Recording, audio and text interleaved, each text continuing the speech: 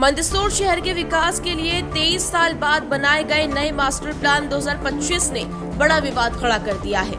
Town and country planning विभाग द्वारा पास किए गए इस प्लान में कई ऐसे क्षेत्र जो पहले से ही आवासीय रूप में विकसित है, उन्हें अब ग्रीन बेल्ट घोषित कर दिया गया है।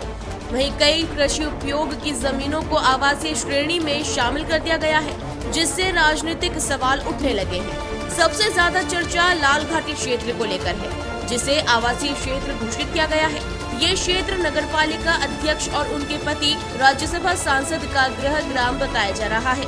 इस बदलाव को लेकर विपक्षी दलों ने राजनीतिक लाभ देने के आरोप लगाए हैं। वहीं जग्गा खेड़ी इलाके में पुलिस विभाग के आवासीय परिसर के लिए आवंटित जमीन को नए प्लान में ग्रीन बेल्ट बताने पर एसपी विनोद मीणा ने शासकीय आपत्ति दर्ज कराई है।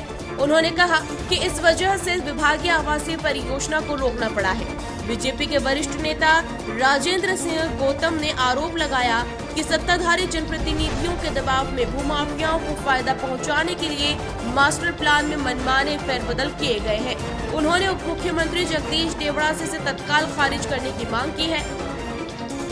वहीं कांग्रेस ने भी बुधवार को कलेक्टर से मुलाकात कर प्लान पर रोक लगाने की मांग की, जबकि कुमावत समाज ने चेतावनी दी है कि अगर प्लान वापस नहीं लिया गया तो वे आंदोलन करेंगे और गांधी चौराहा पर सामूहिक आत्मदाह करेंगे। फिलहाल नए मास्टर प्लान को लेकर शहर में राजनीतिक और सामाजिक दोनों मोर्चों पर हलचल तेज हो गई है। जनता सवाल पूछ रही है कि क्या ये प्लान विकास का रास्ता खोलेगा या फिर विवादों में ही उलझ जाएगा।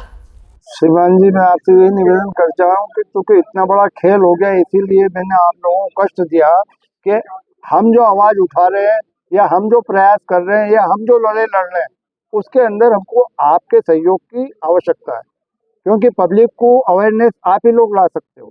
हम 40 जनों से बात कर सकते हैं, लेकिन आपकी आवाज 40,000 लोगों के पास जाती है।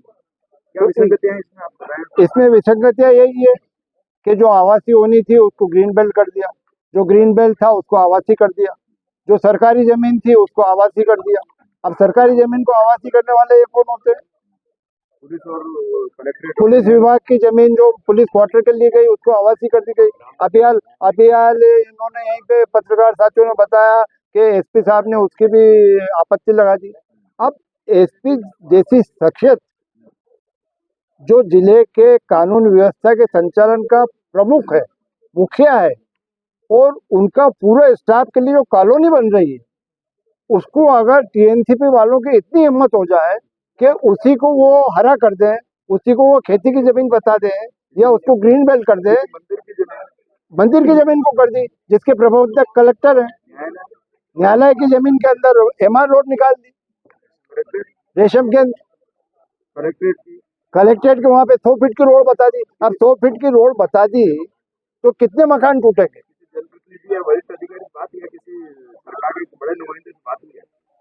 मैंने माननीय उप मुख्यमंत्री जी से प्राइमा फेसी इसकी बात करी है। उन्होंने कहा कि आप इसकी पूरी स्टडी कर लीजिए, जब भी मैं आऊंगा अपन बैठ के इसमें बात करेंगे, और नहीं तो आप भोपाल आ जाना, अपन बैठ के बात करेंगे और पूरी कार्रवाई करवाएंगे। समाज सेवकों के साथ बात हुई, आप क्या मंदसौर के कई प्रबुद्ध जनों से बात हुई है और प्रबुद्ध जन बिल्कुल उदास है। भाई मोदी जी का, हमारी सरकार का, मुख्यमंत्री जी का, उप मुख्यमंत्री जी का और सबों का यह कहना है कि जनता सुखी रहे। जिनने हमको वोट दिया वो सब सुखी रहे, जिनने नहीं दिया वो भी सुखी रहे। पर कम से कम इन अधिकारियों का क्या करें? इन अधिकारियों पे तो वही जो सरकार में बैठे उन्हीं से निवेदन करके इनका इलाज करवाएंगे।